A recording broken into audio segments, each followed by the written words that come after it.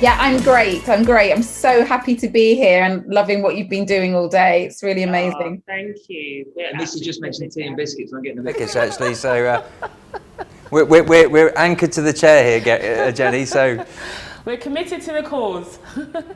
Nova, he's just made some delicious soup. where are you, Jenny? Where are you speaking to us from? I'm in Hertfordshire, not too far, 50 minutes probably from Oxford. I reckon the soup might get a little bit. By the time it gets there. Oh, brilliant. So, Jenny, tell us a little bit about, what you do. Let's kind of unpick all the amazing things you do. So I started off life as a marketer. You might not have known that. And I worked for a business school. And it was at that business school that I found out all about leadership development and coaching. In fact, it was a colleague who's now a really good friend who just sort of one day said, where are you going with your career? You can get a bigger budget, a bigger team elsewhere, or you can start training people in marketing. Neither of those things I wanted to do at the time. But then she suggested coaching. I went on this coaching program and I found it personally and professionally transformational. And that set me on this journey really into the direction of now starting my own business. I went part-time in my role, started gaining coaching clients, took the leap to become freelance a good 15 years ago.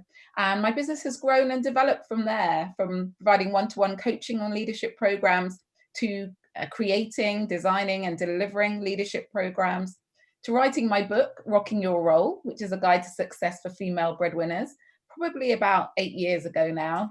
And then starting to do lots of work empowering and supporting women.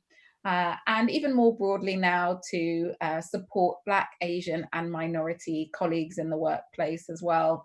So I've really been on a journey of my business evolving and growing, but at the heart of it is empowering people. It's really helping people to live their best lives, if I'm honest, making things happen in a way that works for them. And I love it. I wake up every morning with a spring in my step, ready to take action and ready to try and make a difference in whichever little way I can.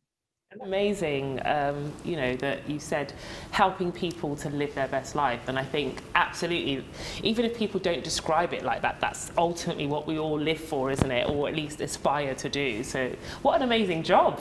Yeah, and you've got a husband making you soup as well while you're all...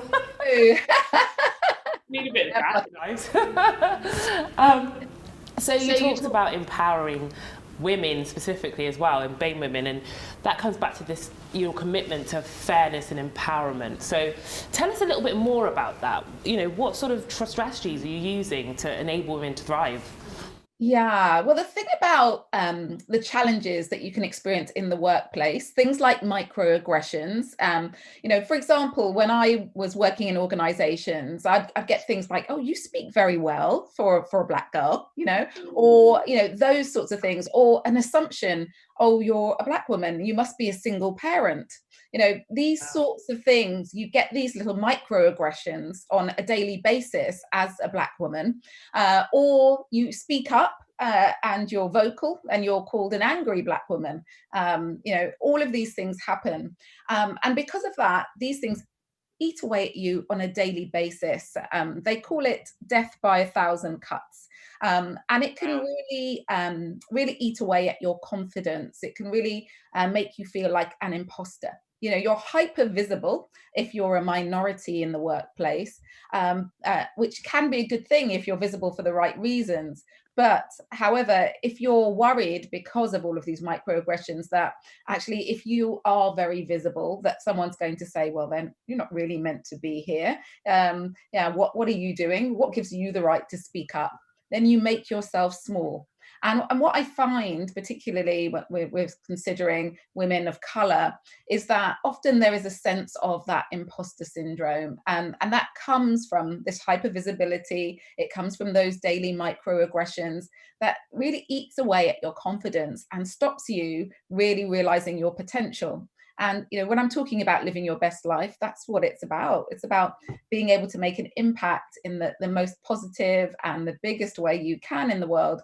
But if you think, I've got to keep myself small, I've got to keep myself hidden, then no one will notice I'm here. I won't draw attention to myself. No one will tell me to leave. No one will accuse me of being angry or whatever. Then I keep myself small. What happens is you don't realize your potential. And it's a really terrible situation that people can be quite crippled by that sense of, I've just got to keep myself small. I'm probably here down to luck. If I keep my head down, no one will bother me. But that might be true, but you can't be your best. And actually, organizations miss out then as well, because they might be tapping into 40% of your potential when they could be tapping into 100% of it. So these things are challenging, and a lot of the times it's things like imposter syndrome. Other times it's things about speaking up and being heard, and really thinking about how you craft your message to ensure it lands with other people. Confidence as well, as Heather and Charilla were talking about earlier. Confidence is a big thing, isn't it, obviously? Yes, it's confidence, but I would say particularly it's more about, it's more the sort of crippling, I've got to do more, I've got to be more in order to be just as successful as everyone else. That sense of, and I'm not going to go for the opportunity because who am I to go for it? So it's the difference between a bit of a lack of confidence that holds you back, but you still do it, to crippling imposter syndrome, where actually you stay stuck in a position for a very long time, even though maybe sometimes people are telling you that you're great. Yes, it's drawn from role models that have done what you're aspiring to do. You focus on inclusive leadership, race and allyship. Numerous studies show that Black, Asian and minority ethnic employees still face significant barriers in the workplace, from recruitment and progression to reaching leadership positions. What strategies can organisations adopt to improve BAME representation from entry level all the way through to boardroom? Yeah, great question. Great question. I'm going to start at the top, actually. So if we think about the top, There's a long one. Right, yeah, I kind of meant at the top of the organisation. Got 4 in there, I think. Yeah. So this idea of what can senior leaders do, I mean, they really need to consider what level of allyship they're willing to give. And I think this is important. Allyship is a continuum. And I think people think, oh, I'm an ally, job done. Allyship is an action. So you can go from that sort of apathetic, yeah, I'm kind of saying I'm an ally, but I'm not going to do very much, to someone who's an active ally, who's going to educate themselves, to someone who's really active and they're speaking truth to power. They're pointing out when they see a microaggression in the workplace. They're actually actively saying, you know what, you come and shadow me. Actually, I'm going to introduce you to someone, and then advocate. And I think it's a continuum. I think it's not enough just to say, I'm an ally, I don't do anything wrong. This is about taking action. And I think people in senior leadership roles, which in the UK are majority people, for white people, I think there's something about thinking, what level of allyship am I at, and what do I need to do? Do I need to read some books? There's so much out there now.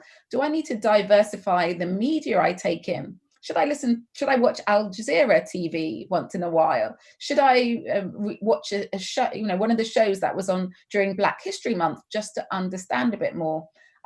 Should I make my network a bit more diverse?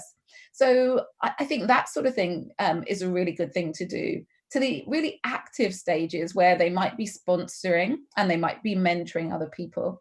One of the organizations that I'm working with at the moment, one of the senior leaders is a sponsor. And he said before this program, he had mentored lots of people from diverse backgrounds, and race had never, ever come into the conversation. And he's been leading for a very long time.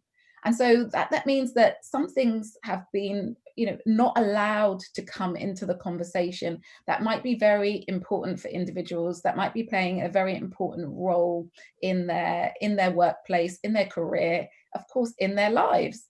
And I think just actually asking themselves, when I see someone do I see them fully? Do I actually acknowledge that maybe they might be having a very different life experience to myself? Do I mention race? Do I ask, what does it feel like to go through this organization as a person of color, as a person from a South Asian background, as a person with a mixed heritage, whatever it is, and ask the question. The person might say, well, it feels no different to me because everyone has a very different experience, but at least it's allowed to come into the conversation. So I think these are starting points for people to senior leaders to start asking themselves, what am I privileging in conversation? What am I inadvertently excluding? And what impact does that have on others? And the other challenge, I think, in the senior leaders is around colleagues, the fact that you might be all talking to each other, might be majority white colleagues, and you're all talking about diversity without much experience of that, the minority experience. And I think bringing different voices into the room is very important, and maybe having a shadow board. Having a board of diverse individuals who, they're not board members as such, but they shadow, they can give you a different perspective, and it's a learning opportunity for them as well. So I think that's one part. Do you want me to carry on, or do you want to stop? I really like the shadow board idea, actually. Are there any frameworks for things like that? There definitely are frameworks out there and examples. If you kind of Googled, I don't have one specifically off the top of my head, but I know a number of organizations that have done it, and it really works. It works well, and it's a succession tool as well, because those people have a better understanding of what it means to be a board member, and if they go for those sorts of roles in the future, they know what it is and what it looks like, and what's necessary, and they've also gained the confidence to potentially input in those areas as well. Great. And final question. Do you think companies can use diversity in leadership roles as an enabler of business impact? Yes, I definitely think they can. I definitely think they have to be careful here, because I think that when it comes to creating inclusive environments where everyone belongs, you should want to do that. You should want to do that, and you should be doing it for the right reasons.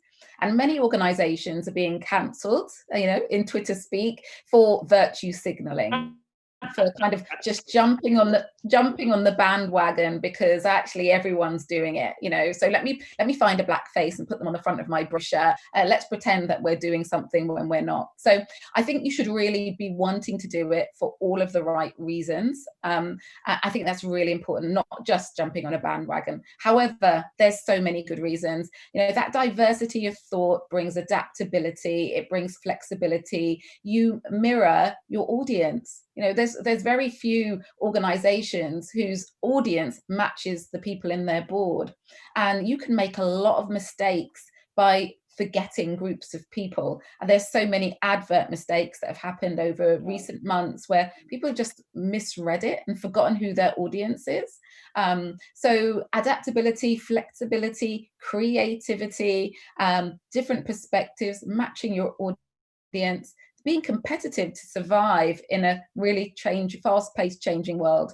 There are so many reasons to do this, as well as it's the right thing to do. And we should want everyone to belong and thrive in organizations.